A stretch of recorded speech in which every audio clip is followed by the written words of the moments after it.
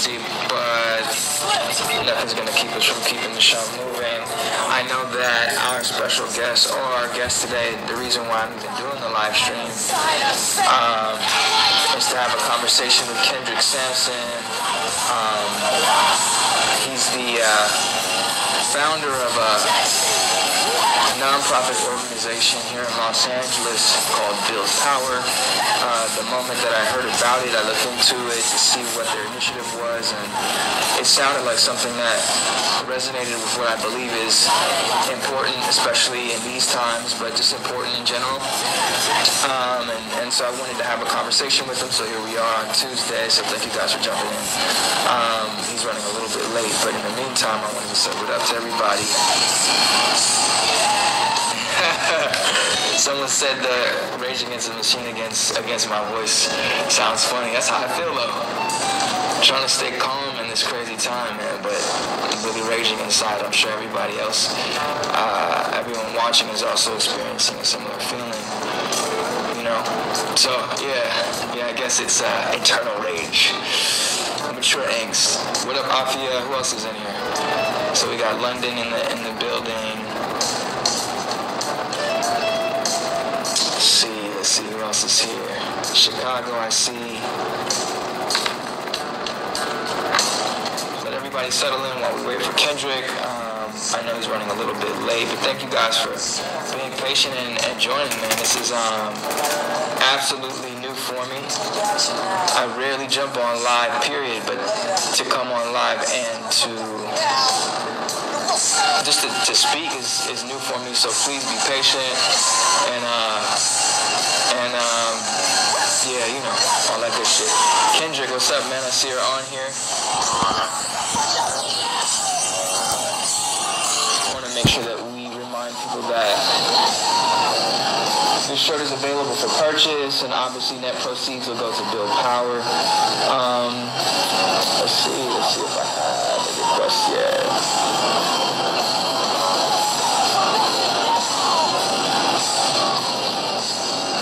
Waiting for a request. I see my man, my friend, dear friend Nico from Berlin is in the house too, is tuned in. Thank you very much, bro. Brazil is here.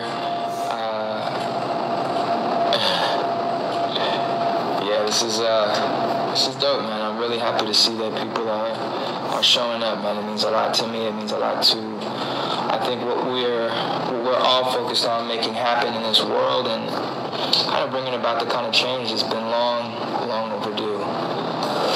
Again, you know, it's really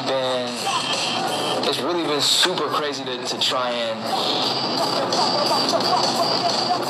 put, you know, emotions in the right place and really look at things from a logical perspective, and look at and sort of untangle all of the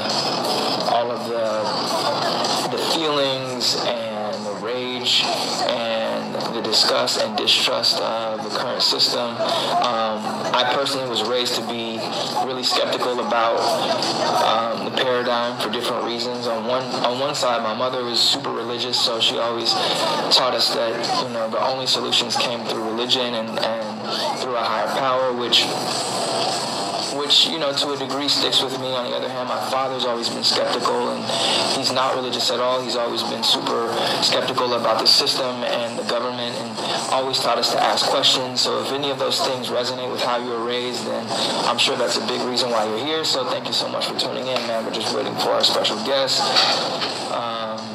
Yeah. Just waiting for this request. Let's see where we're at. There. Yeah. And Kendrick, if you're there, if you can see me or hear me, man.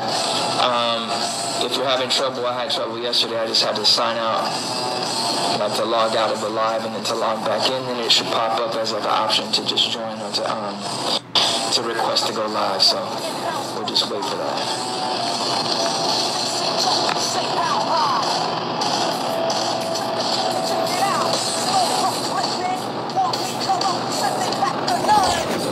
Then it looks like we got it. Kendrick. No. What's up, everybody? Thank you again for being patient. I see my cousin Kenny is in here. Freaka, what up, man? Let's see what else we got.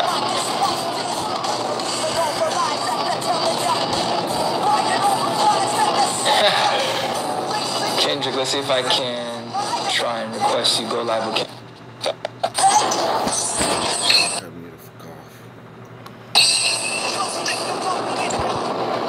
There we go. Hey, yeah. Hey, what's up, man? How are you? How are you? Trust me.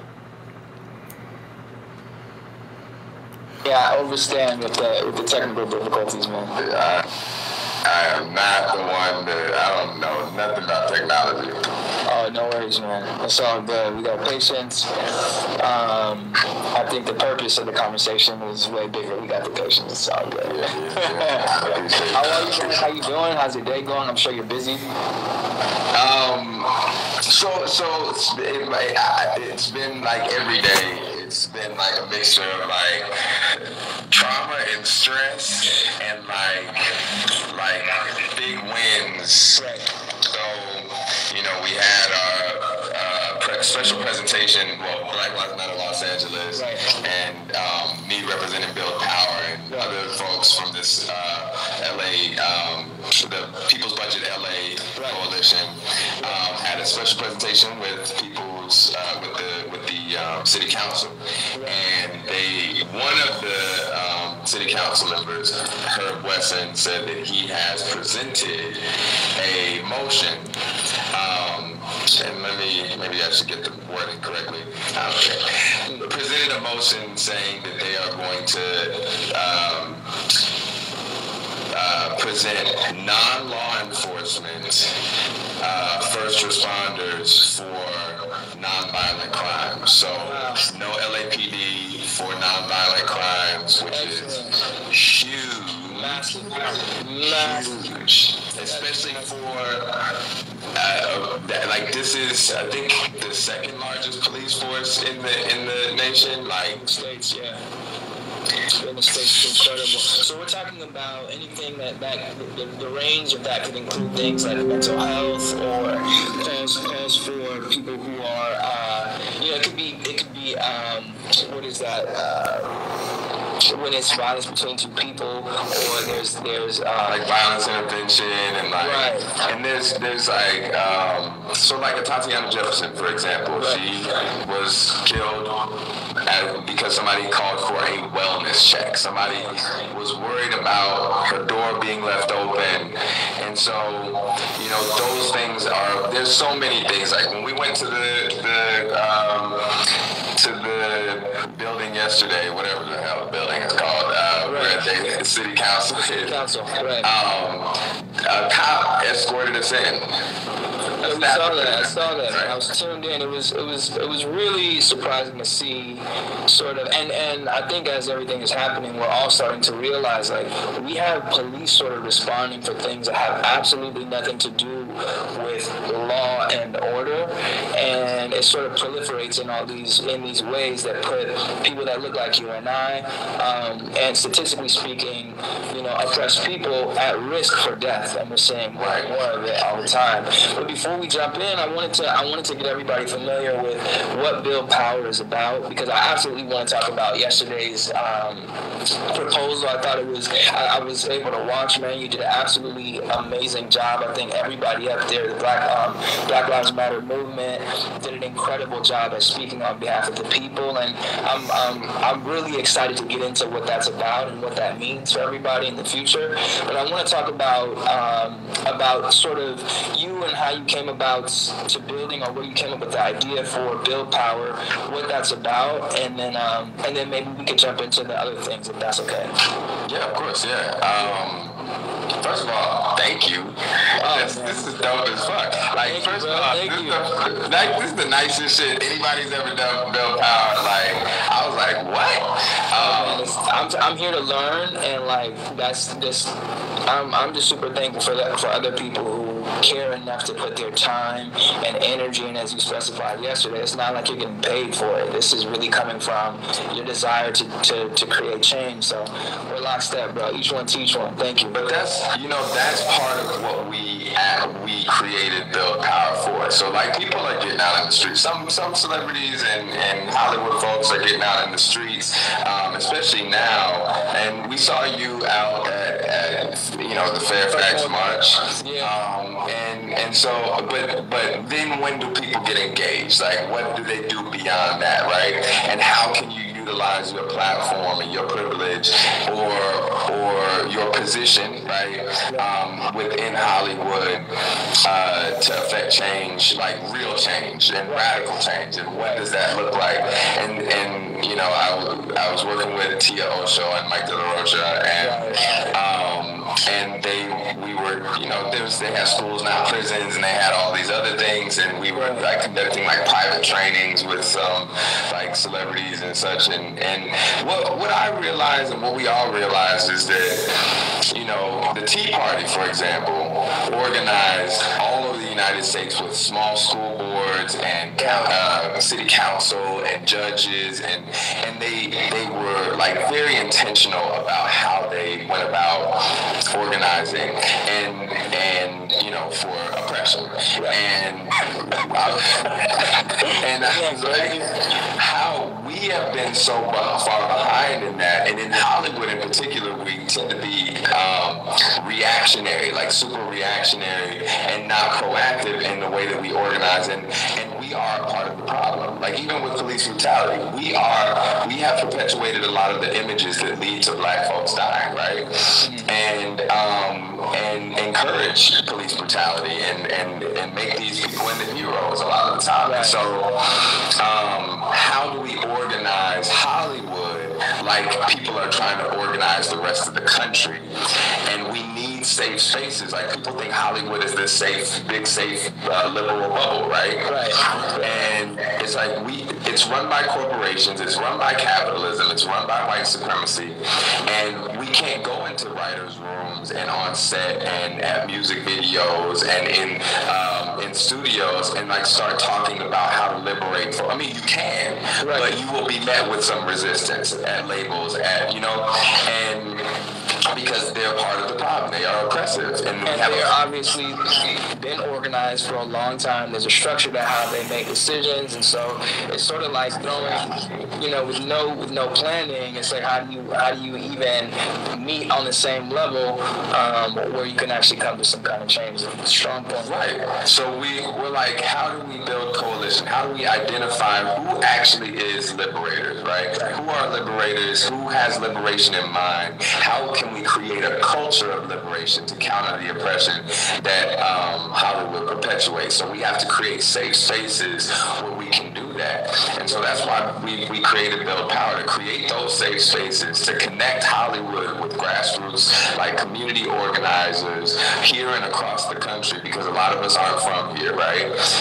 How do we add to what's going on in our town to liberate folks? How do we create a culture of liberation? So that's what Build Power is about. Excellent. And is there specific, because there's a couple things that really resonated with me after sort of being able to read about you. Obviously, I've seen you on Insecure, and man, congratulations on another season. The season just ended. I'm looking forward to another season. So you have a little bit of time, which is actually perfect timing, I guess, for now, especially.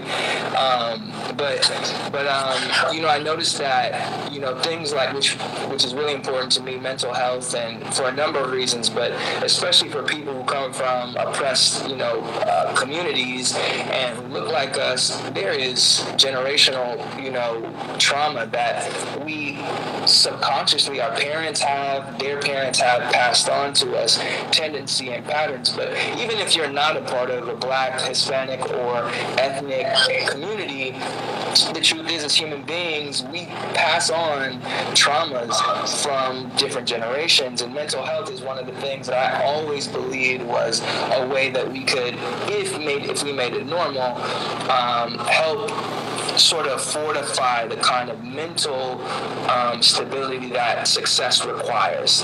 And I knew that was something that was kind of important to you. I wasn't sure if that was a part of Build Power's initiative, but more of the initiative things is what I really wanted our people that are watching to know about. What is it that Build Power is about changing? What are the specific things that that you want to sort of attack? Yeah, so we focus. We're trying to focus. I mean, there's a lot of crisis intervention because of the way the world goes. But we have three buckets, right? We have health for all. Which includes mental, and these all intersect, right? We have health for all. We believe that everybody has a right to be healthy, and then we have an ecological, environmental justice, and then we have transformation of the American legal system, right? Those are our kind of three big buckets, right? But they cover such a wide array of things. So health for all includes gender justice and reproductive justice and mental health. Mental health is my particular passion. So not that no one's passionate about it, but I'm always hey, what are we doing with mental health? And even when we're looking at defund the police, we're looking at freeing up resources for mental health infrastructure because right now our mental health infrastructure is prisons, right? That is our biggest mental health institutions. 55% of men in state prisons and jails have mental illness or have mental health issues, and then 73% of women, right, in state and local jails and prisons. So those are our institutions, our largest institutions in the country for mental health, for handling mental health is Cook County Jail, Rikers Jail, and Twin Towers here in LA. So, we can take this $115 billion worldwide, nationwide, for police departments alone. That does not include sheriffs, that doesn't include other law enforcement. $115 billion, and there's $90 billion in state and local prisons and jails, I believe. So think about $200 billion invested in mental health services, restorative justice, substance abuse, rehabilitation facilities, education, unarmed first responders that are non-law enforcement, that are community-based, that know the people that they're responding to. Oh, that's Brian. Brian needs da-da-da-da-da. Yeah, you made this point yesterday in the presentation, which I thought was super valid. The other part that's a part of what you're talking about was how, and I had no idea, and I forget our man's name, but I feel like his name was Jason something. He was one of the people that was presenting with you, but he pointed out a fact. What's his name? I'm so sorry. You put me on the spot. No way, my bad. I forget names all the time. It was a fact. He said, statistically speaking, once a nonprofit organization hits the $2 million mark, that they become a successful nonprofit and can run themselves. In Los Angeles County, the budget for printers for the Los Angeles, Department of Justice, or the police department, is $2 million. $2 million spent on printers and printing ink that could be going to, private services that provide, things for the community. It's so crazy. And there's the amount of money that's being spent on the police department versus money that could be spent in communities. He also mentioned a great point I guess it's a friend of his had said, he was relating a story. He said a friend had said, you know, in Inglewood, which I grew up in Inglewood, and I'm familiar with, he's like, I see police everywhere. But when I go to Westwood, it doesn't make me feel any more safe. But when I go to Westwood, I don't see police anywhere. But I feel like I'm fine. And so it's a very strong illustration of how it's not police that make us feel safe. On the contrary, it probably makes us feel less at ease. So, you know, I think it's important that we sort of get into you know, what the people's budget was about yesterday, because I felt it was momentous, although it was a reminder that a lot of the things that were being proposed have been asked for years upon years and years. But if you could walk us through sort of, you know, what that was about and sort of where we're at with that. And you know, all of this, which is why I said all of those buckets intersect, right? Because this touches on mental health, this touches on environmental justice. So the people's budget, you know, it was about, I'm gonna get it wrong. The guy that you're talking about, I met for the first time yesterday. He actually conducted all the research. Yeah, he's talking about that app that he used they did for the survey. Yeah, that boy is a genius. Something that I would have never been able to put together. I'm not good at math. I don't remember numbers. Me neither. But I stick to music. I'm an artist. I think it's something like 24,000 people or something that they surveyed. Something between 18 and 24,000. There were two numbers that I remember: 18,000 and 20-something thousand. Right. So it was nearly 30,000. I remember that. Okay, good. People in LA County. Yeah. In Los Angeles County, somebody said David Turner. Yes, David Turner. There we go. Thank you, Emily. So David, brilliant dude, conducted did the technology behind it and conducted the survey, as he is his, you know, expertise, and asked folks essentially what they thought that LA's general fund should be spent on.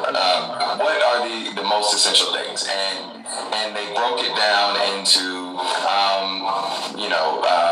the built environment, which is like parks and such, and like essential needs, road work, so on and so forth. Yeah, and what it ended up being was the smallest percentage, 5% or something like that, was on police, and that includes like the attorney's office. And it's, you know, this is something I think that came from Coretta Scott King.